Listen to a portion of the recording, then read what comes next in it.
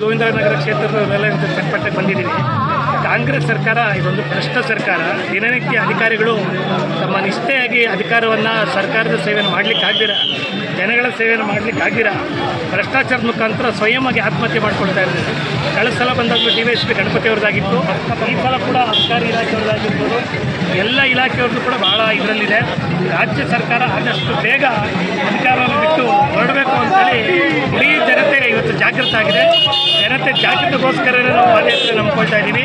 ಈ ರಾಜ್ಯಾದ್ಯಂತ ಜನಗಳಿಗೆ ಈ ಸರ್ಕಾರದ ಬಗ್ಗೆ ಬೇಸರ ಬಂದಿದೆ, ಅವರ ನಿರೀಕ್ಷೆಗಳು ಹುಸಿಯಾಗೋಗಿದೆ.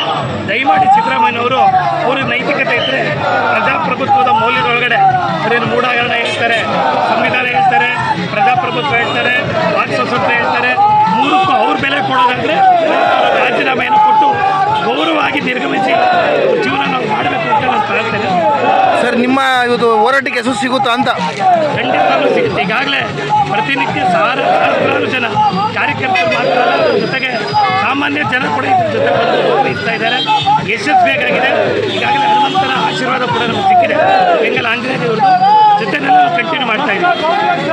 ಅದ್ರ ಬಗ್ಗೆ ಏನು ಹೇಳ್ತೀರಾ ಸರ್? ಅದೇನಾಗಿದೆ ಅಂದರೆ, ಈ ಬಹಳ ದೊಡ್ಡ ಕಳ್ಳರು ಬೇರೆಯವ್ರನ್ನ ಹುಡ್ಕೋ ಪರಿಸ್ಥಿತಿನಲ್ಲಿದ್ದಾರೆ. ಹಾಗಾಗಿ ಅದು ಖಂಡಿತ ಅಲ್ಲ. DK ಶಿವಕುಮಾರ್ ಏರು ಅಂತೇಳಿ ಜನಕ್ಕೆ ಗೊತ್ತಿದೆ, ಬೇರೆಯವ್ರು ಏರು ಅಂತೇಳಿ ಜನಕ್ಕೆ ಅರ್ಥ ಆಗಿದೆ. ಹಂಗಾಗಿ ಜನ ಪ್ರವಾಹ ಹರಿದು ಬರ್ತಾ ಇದೆ. ಹಾಗಾಗಿ ಸರ್ಕಾರ ತೊಲಗಬೇಕು, ರಾಜ್ಯದ ಜನ ನೆಮ್ಮದಿಯಾಗಿರಬೇಕು ಅಂತೇಳಿ ನಮ್ಮೆಲ್ಲರ ಅಪೇಕ್ಷೆ ಆಗಿದೆ. ಈ ಪಾದಯಾತ್ರೆ ಸಂಪೂರ್ಣವಾಗಿ ಫಲಪ್ರದ ಆಗ್ತದೆ. ತಮ್ಮ ಹೆಸರು ಸರ್?